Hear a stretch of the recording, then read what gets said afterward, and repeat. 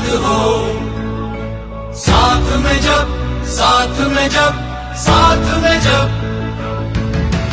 गुरुजनों का आशीष मिले, हर बात में जब, बात में जब, बात में जब।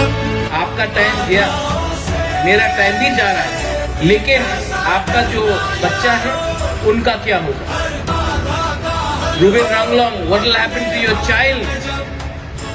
उनका भविष्य का क्या होगा?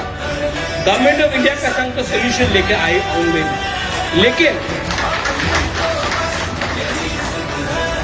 अगर यहाँ में कुछ लोग हैं जो मणिपुर जैसा यहाँ में फिर से टेंशन लगाने का कोशिश करेगा, अगर वायलेंस हुआ तो किसी को कुछ नहीं मिलेगा। इसके लिए शांति रखो, हिम्मत रखो और खंसा रखो और अपने अंदर विश्वास रखो।